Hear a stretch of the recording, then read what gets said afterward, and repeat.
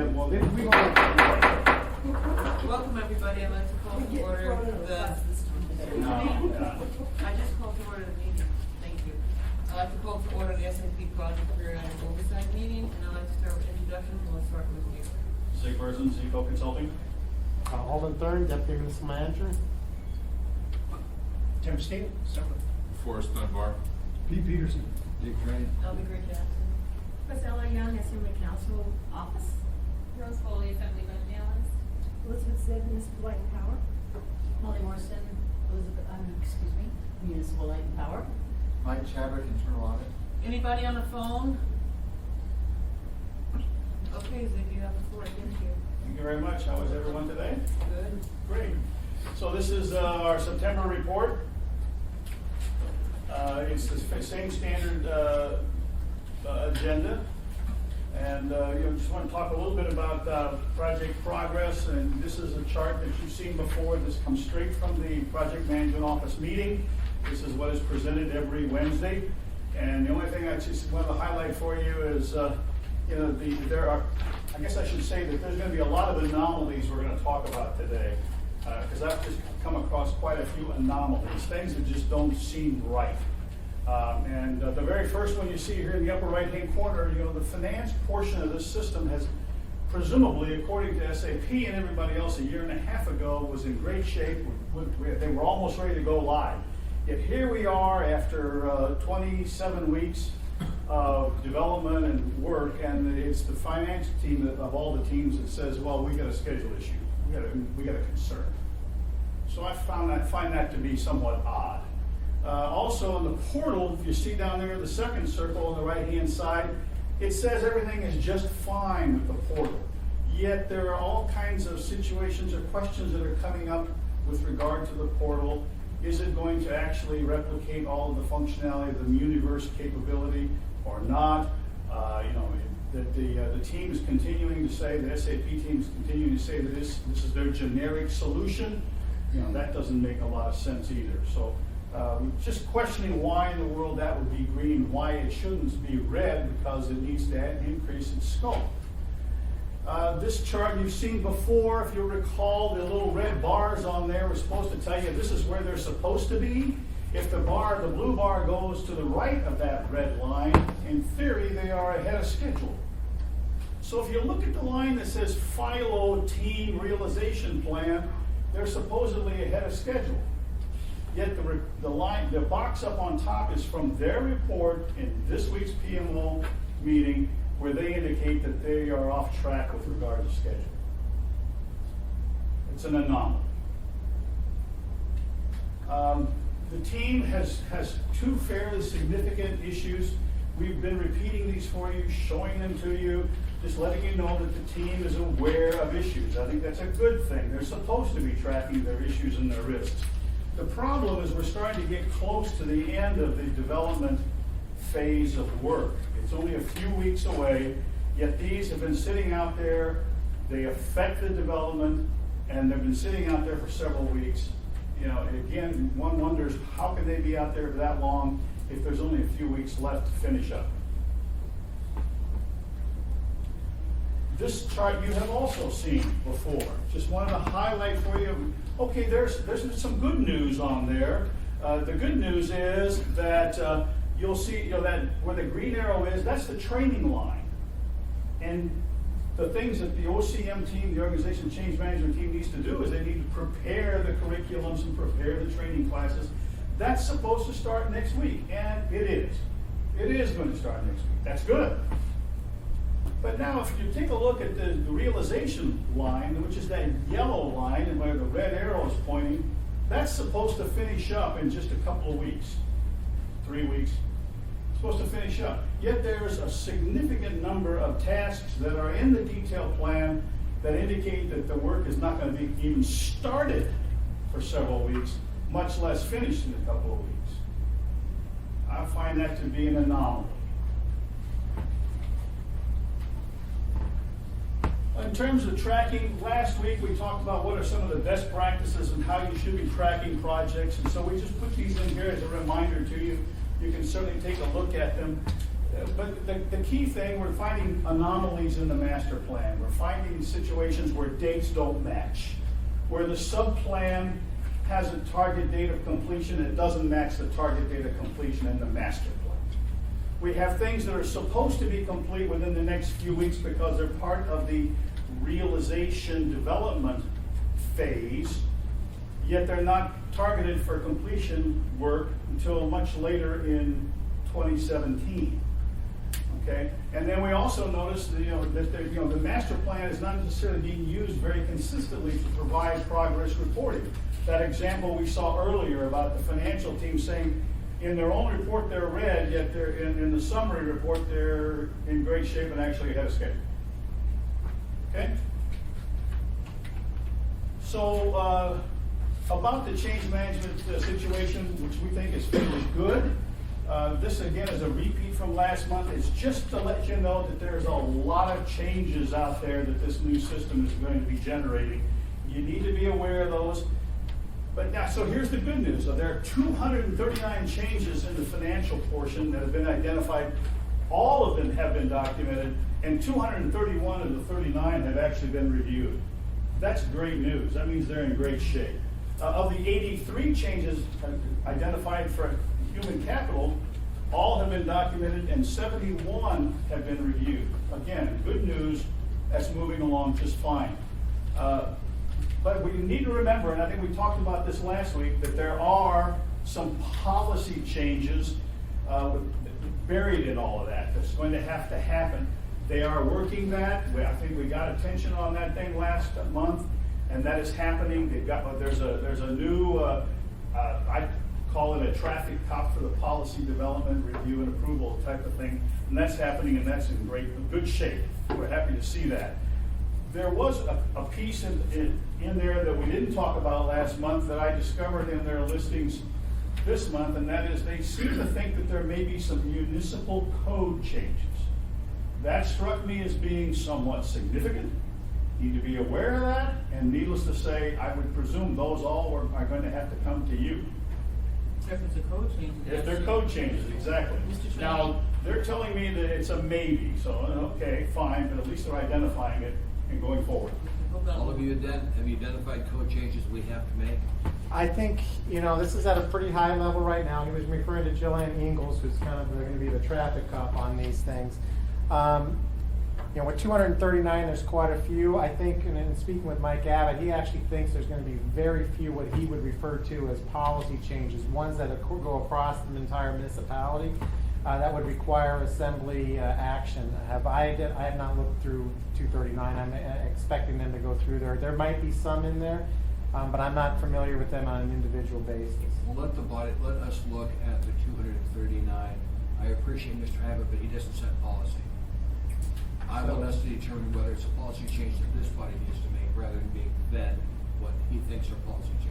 And actually, I think I even asked that the ESC get a copy of the 239. I don't know if that's even occurred where they even know what the detail is, but the OCM lead and that team has been actively out with all the individual departments, as Zig is talking about. So, well, this is important. All of this is important. I have not spent a whole lot of time diving into the detail of this particular aspect, but they are moving along quickly and it's out there in the hands. But I don't believe the Executive Steering Committee or myself actually know that the individual 239 that would even be there. So we can look at trying to get a copy of what those exact 239 are. I don't know if they've identified themselves, but that they at least have them. They're out there in the hands, and now we can actually begin a process of really identifying them well in advance of the go live. The Assembly sets policy, and if we need to, I want to evaluate it. Thank you, Mr. Training. Mr. Steele? Yeah, I just hope that we don't become the bottleneck, so hopefully, as soon as we get those, we can. I mean, I think we can move that. And just- I'll take that as a. And I have one comment to make. Philo has 4 municipal code changes, so Philo is Title VI. And 2 changes to procurement, and that's Title VII. So there's 2 sections of the code that I've identified that needs to be changed. Okay. And that is exactly the ones that they referred to in their spreadsheet. I did see those, and I did want to highlight for you. It's very detailed. Yeah, it is very detailed. And there's only one out of all of that. There's only one that's absolutely a brand new policy, and that's that policy about approvals via digital signatures. Okay, thank you. Please Okay? continue. So this, we have already talked about this, there is now a traffic cop, that's good, there is a process, and it's very similar to what I suggested last month. So we're gonna talk a little bit about delivery gaps, things that folks thought were gonna be there, but maybe will not be there, or something has to be done to get them there, okay? So why are we concerned about talking about delivery gaps right now? The Muni is faced with a signing off of the realization build phase as a precursor to going on and doing the testing. And that sign off is targeted for near the end of October, okay? So what are we talking about here in the realization build phase? And these are SAP terms. You know, all the functional design, which means the configuration is supposed to be done. And that's included in the build phase. All the specifications for all the RICEP objects, and if you recall, RICEP is the acronym that SAP uses for all the documents, flows, reports, forms, interfaces, all that stuff that's outside of their system is what they refer to as RICEP. That's all supposed to be done. And we're talking about the development for that, the coding, okay? The development of RICEP objects, and then some unit and functional testing is also supposed to be completed as part of the realization build phase, and that's the stuff that in essence SAP is going to be looking to Alden to say, Alden, it's time for you to sign off. I'd like to recognize for the record that Mr. Croft and Mr. Flynn have joined us. Thank you. Please continue. Okay. You've seen this before, don't want to go into the details. The whole idea here is to show you how large and complex and convoluted this entire big SAP solution is. There's a lot of modules there, okay? But I also want to highlight for you, how do you kind of look at these things and how do you want to group them and think about them? In the middle box are all the software modules. That's the core software that we refer to as FILO, which is finance and logistics, and HCM, which is HR and ER, if you will, and payroll and timekeeping and so forth. So that's all that stuff in the middle. On the left-hand side, you have all of these routines and programs and so forth that are all oriented towards, you know, access to the system, like Universe, for instance, or getting stuff into the system. So it's access and input, and that's what I'm trying to call it that. But at the very bottom there, when you look at the detail, you'll see it says SAP Portal. Okay, on the right-hand side, you see output. This is the reports, the results of queries, and all that sort of thing. And again, down there, you've got the business warehouse, which is the SAP tool that supposedly provides that. At the bottom, you have interfaces. You have connections to other systems. So all three of those pieces surround, in essence, those modules. The key thing here, we need to recognize on the input, access and input side, there are gaps between the portal expectations and the SAP statement of work. So there's a series of gaps there.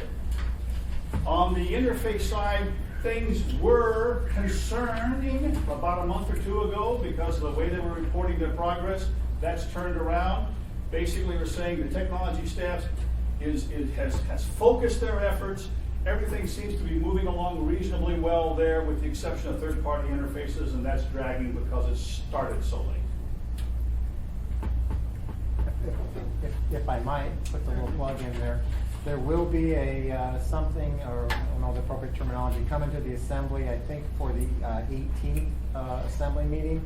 And we went and had one of our prior consultants come in on the $30,000 maximum to do the third-party interfaces, and we're not going to be done. So in order to, you have to go to the assembly to get more money. So be aware that we're going to, I think, be asking for an additional $45,000 on that meeting to keep that particular person to get us through the testing of third-party interfaces. So we're still writing it up, but I think we're targeting the 18th of October for that. But that's still, the money that you're talking about is still part of the money that we've already appropriated, Yes, ma'am. correct? Thank you. Yes. Please continue, Dick. So the output side, again, this is the business warehouse. We've kind of circled that for you, but the point here is there are gaps between the expectations of the number of reports, the content of the reports, and the result, and which tool should be used to, in essence, get that information back out to everybody. Okay, so when you start hearing about gaps and ways to mitigate those gaps, this is the reason. Okay, my understanding is there's about 20 gaps give or take, that are being negotiated with SAP at this time. Don't have the detail, don't know what they are. I just know that categorically they're associated with those items we just discussed. I would suggest to you that it's highly likely that more than an inconsequential amount will be requested as part of the SAP contract change order. Okay, I mean, I don't think this is gonna be something that you can just say, oh, it's another $5,000. It's gonna start getting to be a number. Okay, I went to the contract, took a look on page 18 where they describe the exit criteria. This is the criteria that the muni is supposed to follow in order to sign off. So it says all plan configuration, which includes security, and development has been completed. I will tell you, one of the anomalies that I discovered is that the detailed plan for security has target dates in 2017. I don't see how that fits this statement. Okay? Unit testing and documentation have been completed, and all unit testing and critical and high security, et cetera, et cetera, et cetera. Unit testing and documentation has been completed. That's on all. And again, we've got dates out there that are far beyond October in the detailed plans. Okay? And then the other thing that's concerning is, as defined in the testing strategy, the testing strategy document, to my knowledge, has not been updated or looked at since March. Okay? Program sponsor consent has to be obtained to close the realization build and to proceed on the test phase. This is contractual.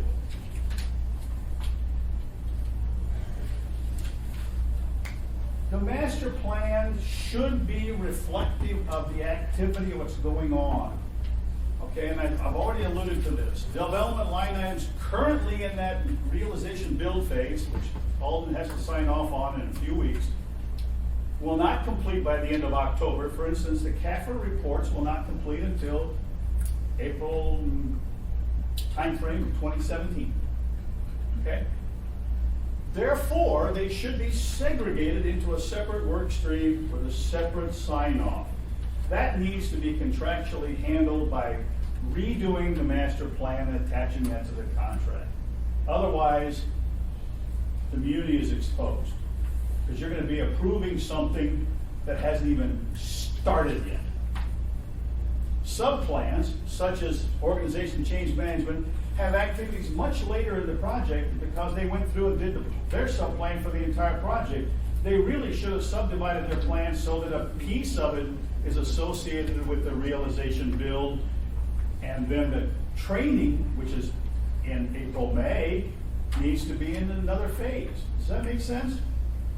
Okay? I'd like to take a moment, if I may please, and recognize that Mr. Ellison has joined us for the record. Thank you. Please continue. So needless to say, if the master plan takes an approach of subdividing the realization phase, we just need to make sure that the subplans do the same. Okay? And by the way, it's not hard. Those subplans can be segregated in about an hour. It's not hard. The sign-off, okay? All I'm suggesting here is that we need to make sure that the sign-offs have very specific criteria and detailed lists. You know, Alden needs to be able to sign off and say, give me a list of all the modules that have been configured. Okay? Give me a list of all the reports that have been developed. Give me a list of all the, whatever the case may be, he needs to have that very specifically so that he can identify what goes into the second piece down the road by several months. Does that make sense? Okay, running costs, you've seen these before. Just wanted to summarize this. It started getting a little crazy in terms of how many weeks we start showing. I just thought I'd round these numbers up and summarize them up into months and basically say, okay, here's what we're spending. And this is based on charges from the contractors. Okay, this is not based on the accounting system. And so what we're running at $375,000 over the last 12 weeks every week. And it looks like we're going to be anywhere in the $1.3 to $1.5 million every month. So if you start thinking about delays, these are the numbers that are going to start affecting you. Okay? and try to kind of remember this as we go to the next one, which is to say, how are we looking with regard to cost? Cost was discussed and presented to you several months ago. We ran all the way through June. Okay? And then admin staff weren't around, we started, all of a sudden weren't getting the reports. Okay. So I did get the report for September, which is coming from PeopleSoft, and it says, here's all the total charges, the payments that have been made. Now, I find myself with another anomaly. I've got 3 months worth of payments that look to me just like June. That's an anomaly. We're not, we're getting charges. I mean, we got $1.5 million a month. So in theory, 3 months worth of charges from the contractors is $4.5 to $5 million. Mr. Dern? So just for the Assembly's knowledge on this, when we call it the realization to go live, which is the SAP contract that we did with them. You have SAP and you have Peloton, which are basically providing the vast majority of the consulting dollars to this. Peloton, we're pretty much up to date on Peloton's invoicing, and those numbers are reflected there. We have not paid one invoice since we started on April 11th's work to SAP. And that's approximately $5 million for consulting and about $500,000 for travel. And that's been for the main reason because, so those numbers are not reflected because this is showing what we've actually paid at that point. So there's a variety of reasons for that. One, the invoices are never correct when we get them the first time. That's why we have to go through and audit them in great detail. We were backlogged for 1.5 years of ones that we were trying to get correct for 2015 and the first part of 2016, and those were the priority. As Zig mentioned, we basically, our administrative staff who does this has been going through some vast issues personally, and it causes some to be backlogged. So as a result of that, on the 10th of October, which is a week from Monday, we've hired 2 additional temp administrative full-time people that will be focused solely on the SAP invoices to begin with, as well as provide backup to the other 2 administrative staff that we have. I am hoping by having those 2 people fully dedicated at looking at the SAP invoices and working through them, probably by November we're going to be in a situation where we can have accurate numbers that are reflected. But what you see here is where we get a bunch processed and then we don't process a bunch and those kind of things. So that's just kind of a history here of where we're at. But those, are certain numbers of what we're paying and what we're expensing, are off by those particular ones. Before you continue, Zig, I have a question. Okay, so number one, I'm glad that somebody's reviewing the SAP bill and then the other bill in detail. But isn't there somewhere in a contract where they have to be paid within 30 days or 45 days or something like that? There's nothing where there's net where we would be actually benefiting by a reduced price, and SAP has basically been floating all that money for the periods of time to our benefit, by the way, because we have not had to take any money out of the master lease to pay for those and so forth. So they have been aware of their accounting problems. They've been aware of our things. We're working through invoices as fast as we can. They get to a point sometimes where they start getting a little antsy by the amount of money they have out there, and then we try to process the group and focus. But at this point in time, they've been floating all that money, and there's no benefit for us to try to pay early, so it's all put to our benefit. Right, so again, my question is, so there's no place in the contract that says they have to be paid within 30 to 45 days? Usually that's a So contract. there probably is something that says But- to be paid at a certain time, but we have not been able to meet that requirement, and they have not Pressured you. pressured that's Okay, correct. thank you. Mr. Steele? Yeah, if they don't submit it, that clock doesn't start ticking. Well, we get invoices, they're just, anyway, they're not correct. And don't forget, the work that they did in September, let's say, we won't get the invoice for that probably until the end of November. So there's a 60-day period of time for them.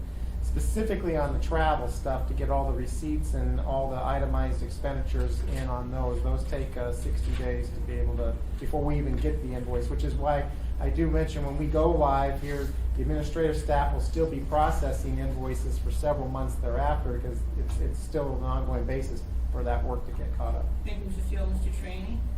Alden, you said there's no benefit to us paying early. What's the penalty if we don't pay by a specific date? Right now, You say it's, they're floating it, so what's the penalty? right now, I don't know if there is a penalty, but they have been working with us not to assess any penalties to date, and I would hope that Would you check with purchasing and have a look at the contract? I wanna know. Ron's in the back here. Ron, Mr. Trainee, is there a penalty phase built into this that we don't pay on time? there is a penalty phase, but again, you have to look at, an invoice, the timing does not start until the invoice has been received that is timely and accurate. If the invoices are not accurate, the time clock does not start. Who determines who's accurate? Over an office. Which sometimes we don't get to for several months after it came in, but we will, Whoever's reviewing the invoice. we're gonna get on top of these invoices here with the new staff that's coming on board. That's my goal. Thank you. Thank you, Mr. Trainee. Mr. Peterson? Thank you, Madam Chair. So you're saying the invoices are inaccurate. Are they padding our hours, or Well, what way are they inaccurate? The main reasons they're inaccurate is there's on travels, which are the really yucky ones. They're trying to submit for tickets that they're not eligible, change tickets, hotel rates that might be higher than what they're supposed to, per diem type things, car rentals, gas, car washes, all of those kind of things. Those take a long time, and we go through meticulously, or they did not supply the receipts to match up to the invoice. That's a huge one. On the consulting time, we've had them put in the wrong hourly rates for people. The consultants put the wrong hours in because we have a system called Project Track that they're supposed to put their hours in. Well, if the invoice comes in with 40 hours and they only put in 35 in the system, we got a discrepancy, and then you have to work through all of those. And so that would be a main reason why. Thank you, Mr. Peterson. Please continue, Chris. Okay. The message on this is that as you look at requests for money and budget changes, the change orders, you need to make sure that you understand what the total cost to date is and what's left and what's left. Because these numbers are gonna sit there and tell you, you got a lot more left in the budget than you think you do. That's the thing that's important for you, I think. Okay, so we've had some critical success factors in the past. Wanted to add a new one. You can't control the wind, but you can adjust the sails. Okay? This is all about planning. This is the famous three-legged stool. Project managers all understand that you've got three paces of any kind of project in terms of planning it: scope, resources, and schedule. Those are the only things that you can change in terms of impacting the plan. So the thing that I think the team needs to avoid is locking into a plan. They seem to have locked into a plan. They don't want to make changes to their master plan. It's more convenient to sit there and start juggling dates and adding resources, but they don't do any retasking, which they, in my opinion, need to do. Okay? Because when you fix a plan that's in trouble, these are the things that typically people do that are very easy. You add resources, you delay your completion dates, and you cut back on deliverables. Those are the things that you do. The harder way is to literally retask it. Okay? Go back in there and take a look. As an example, we've been talking about the fact that I think the team has to break that realization into two pieces. They just have to. Okay? But right now, they're reporting that the whole thing's going to be finished in October. It's not. It's impossible. It's wrong. Okay? So what's the condition? These are things that we've seen before, just kind of giving you a quick update. Boy, I hate to see you start repeating some history again. And this whole thing with the SAP contract, I mean, we got to be real careful that we don't start cutting things out to kind of hurt ourselves in so doing because of the question about whether or not we're going to be willing to pay for it. There are some things in there I think you're going to really need to pay for, quite frankly. The planning for post-go live, I had originally said you weren't doing too well, but I'm finding out that people are actually starting to do that. I think there's some folks actually being put in the budget for increased resources for post-go live. Those are good things. okay? Project manager presence, yeah, you know, I thought we were okay, but we're starting to see where all of a sudden a lot of project managers are not around. They're remote. I still think, and I continue to think, that your project manager resource needs to be here fairly frequently. Mr. Thurman? I just want to make a comment about this as well, so the assembly is aware of it. There's, I forget the actual, I know the acronym, it's called LTA, which basically means that, long-term assignment, that's what I think it stands for. Mhm. That LTA. consultants that are coming from another state to our state, or any state to work, if they go to that place for a year, where more than 50% of their time is working in that state, then they have to claim all the expenses on their income tax. So, and we would end up having to pay for that. So I have had to, we put together an entire plan for all the consultants, which includes our PMO staff, leadership staff, on the SAP and Peloton side, that basically there's a 5-week, they have to be gone 5 continuous weeks with no vacation, where they're off-site. They're working and they're billing, but they're not actually here. So there are big blocks of time now that, and it's phased in over the course of this next year, where individuals who've been on this project for a certain period of time, up to 12 months, have to be gone. So we lose our consultants and our project management leaders for these 5-week blocks because of the financial burden that we would have to take. And that's one of the reasons why, you know, if you go over there, certain times we have some of our, and I consider, when I look at project management, I'm not talking about the PMs, I'm also talking about our leads. Those are the leads, they're affected as well. So it's a consequence of having, the good news is our consultants have been here for us for that period of time that it is even applicable. We're not losing them on an ongoing basis and having to restart with new people. The bad part is we have to give them this 5-week period to stay out of state to be able to not qualify for this. And unfortunately, it is always better to have them on site to do work, but that is one thing that's contributing to that's kind of out of our hands. Recognizing the critical path, I've talked about this before. As far as I'm concerned, Alden sign-off needs to be on the critical path, and it isn't. It's not on the critical path in the plan, and it should be. That's an example, and there are others. Before you continue, Mr. Thurman, could you comment on that, please? I believe all the comments that Zig has made with regards to my sign-off are valid, and we will look at that. This is a massive project, as everyone is aware of. Project plan, I think, sometimes gets left to at the last second to be updated, and we can certainly parse and break it. It's how many, 15,000 lines? Oh, yeah, it's a big plan. 15, 20,000 lines, and he's referring to 8 or 10 that might have a date that's wrong or inaccurate. I do agree that there is a point where I'm gonna have to sign off, very similar to blueprint closure, if you remember, when I had to do that. The one aspect I will say is that we did not have 100% finished at blueprint closure. We had some tasks that were deferred into realization. I anticipate that that's going to be a very similar thing. And what it's done is there's a signature with a document with my signature, but there's also a separate document that says, yes, we didn't meet these, but we understand that these are still a part of our responsibility, and we're giving contingent approval based upon these things happening over the next whatever time period to be able to get it done.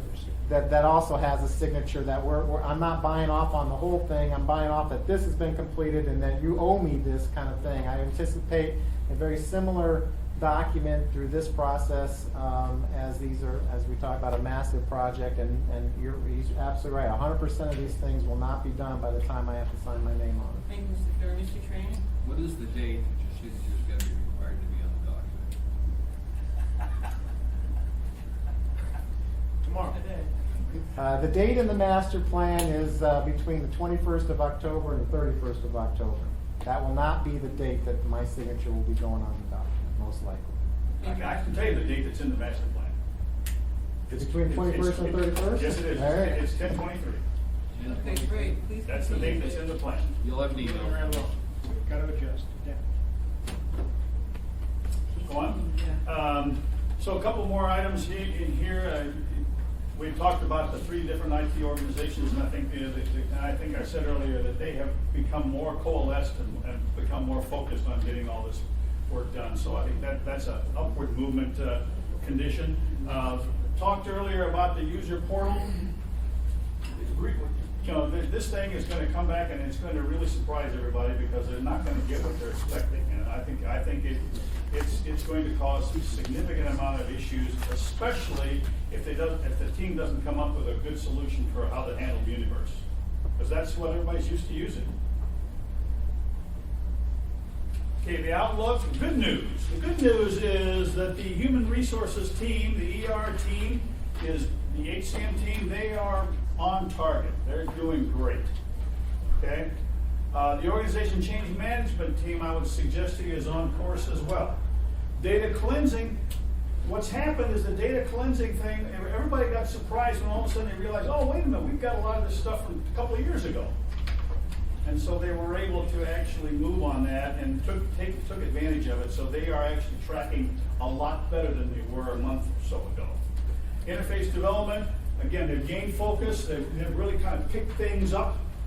And you know, that's coming along just fine with the exception I mentioned earlier, third-party interfaces. Those are going to drag beyond October 23rd. Okay? And if I could just comment about that as well. I told them this because they started things.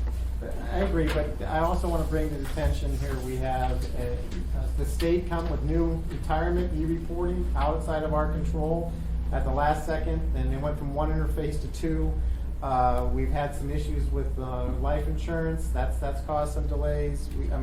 There have been some things outside the control, even though, yes, we did start late, that are unfortunate, just project things that come up and things change and are always fluid. That unfortunately, on the size of this project, do affect it negatively. And third-party interfaces, I can think of at least, they have like 31, I think, as their third-party, and I think at least 9 or 10 of those have been affected by external sources that could never have been planned or looked at. And when the state makes a change, that changes what we had blueprinted. That's a cost on us. So it's not something we have control over, but those are one of the things that are impacting third-party interfaces. Are you referring to grants, state grant changes? No, I'm referring to the e-reporting, which is on the retirement side. So Gotcha. when we're sending our contributions to the state for employees with retirement, they have decided to change everything with an effective date of January 2017. Those Additional work. There you go. Thank you. Please continue. Some concerns. Data migration is struggling to catch up. This is the area where we talked over the last 3 months about a data strategy, continue to be looked at, changed, modified, late start, you name it. There are all kinds of things going on.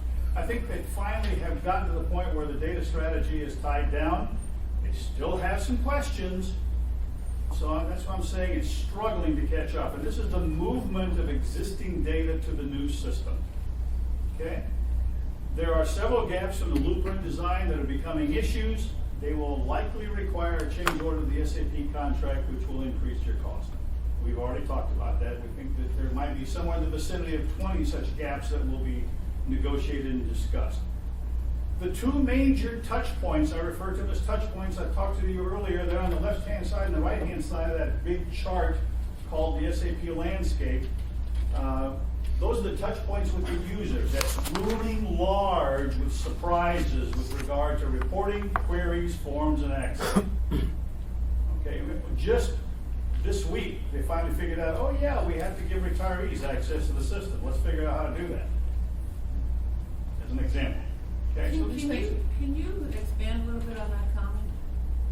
We have to give retirees access to the system, please? You talking to me or you talking to all? Whoever can answer the question. Talk to the two, we can answer it. Well, right now, retirees have access to Muniverse to be able to look at the former information that they had while they worked here for maybe the retirement purposes. Really, I didn't know that. Yeah, the Through benefits. VPN or Well, they go through police and, yeah. police and fire? Some of the Just them? Okay. Well, not them, but. Well, that group of folks There's a who group are of like folks that. that have to get into the system to be Okay, able to do that. I get it now. And we have, if that information resides in SAP, you have to give them access because they're not an employee. And because of firewalls and all the things that go along with that, they've got to have a capability of getting in. Right, there I and do that. understand the security, but when you said retirees, I thought you meant every single person. universe. Yeah, the whole caboodle, so to speak. Wrong choice of words on my part, I apologize. All right, well, thank you. It was, Yeah. and that, and it's been clarified. But then I'm just gonna dovetail off of this as well, we have to make sure that the, vendors from an, SRM perspective have the ability to get in, maybe look at some of the information that they have when they wanna bid on certain things. So we have to, there's a couple of things that have come to light that are external sources for groups and or people outside of the municipality that need to get in. And that particular interface and how they do that right now is either already through Universe or is a new functionality we haven't done before. And we're working on the system, but getting to the system for a couple of these external groups, we're having meetings on right now. In fact, I have one at 4 o'clock today to try to start working through that. I think the IT department has got some good suggestions, and we'll get it resolved. But as Nick mentioned, it's a concern that these things pop up like daisies. And it And, should be a concern. and we work Thank on you, it. Mr. Chair. Please continue. And the last item, I just want to make sure that we recognize that I certainly think that the project planning and scheduling needs a reality check. We need to sit there and say, this is what's really going on. The plan should reflect that. Okay? So I got some warnings for you. I'm very concerned about this sign off. It's too broad. It's going to be based on work product and expose the MOA to approving results that haven't yet started. Alden has already addressed that, indicated more likely what's going to happen, but I just truly think that the community needs to pay attention to this. Alden needs to pay attention to this. It's a major step, it's a major milestone, and SAP will tie and link everything to that sign off. What do you think about what he proposed, which is essentially a sign-off with an addendum list of I say that in here where I talk about making sure that each particular piece needs to have a specific list of all the deliverables and the work products. So it's the same thing. Yeah. I mean, that's what he's saying, is come up with a list and say this is still open. Thank you, Mr. Croft. Please continue. Oh, just have a quick question question. over here. So looking at labor contract changes and code changes, I think at our last meeting we did some of this, so it's being yes, done. yes, we right? did. We talked about policies, and we did that earlier, and policy changes are being addressed. They are now thinking there may be some contract changes and municipal code changes, and that certainly takes on a much more serious kind of situation. It requires your involvement without a doubt. And all we're simply saying is they're apparently there, and we need to make sure that we address those as well. I think we did that though. We did something to change the way the 80 hours were counted with overtime because of coordination with SAP. We just last year. Is that right? But you're referring to the 239 and identifying Yeah. if there are any of those coming up in the future. But is that something we're doing? I don't know if the one you've already approved was Yeah, on this I don't know particular about list. that. He's, in his point here is he's referring to, in looking through the other 239 that have been identified, there may be some additional ones that are coming downstream. I think you may be referring to something different, Mr. Wilson. Anything else? No, good, thank you. Please continue. The last thing we talked about, the out-of-phase cost tracking could lead to budget surprises and make overruns a lot easier. Okay? So that is my closing statement. Thank Are there any you. questions? Any questions from anybody, Mr. Steele? I just want to make a comment that, I know the pressure's on, and I know changes are going to have to happen, and we're going to be surprised by the stuff and other things that are going to fight. But considering where we were when this administration started, we made a lot of progress. And I don't want to get the troops. Thank you, Mr. Steele. Any other questions, comments? Mr. Baird, do you have any comments you'd like to make? Yes, first I want to apologize for not doing the September update. I was on vacation at the time, so you would have a little bit more information. I can guarantee that when I do the October one, there will be some changes in there that will be pretty substantial, and I will highlight those, and we're actually going to be working through some of those here in about 6 minutes. And so anyway, understand where we're at, understand what some of the points are, what the schedule is, and so forth. And I will be sure to go into more detail at my next one in October here, what those changes were. Hopefully we'll have decisions on those at that time, and hopefully let everybody know where we're at. Thank you, Mr. Baird. I don't see any other comments, so it is a change. And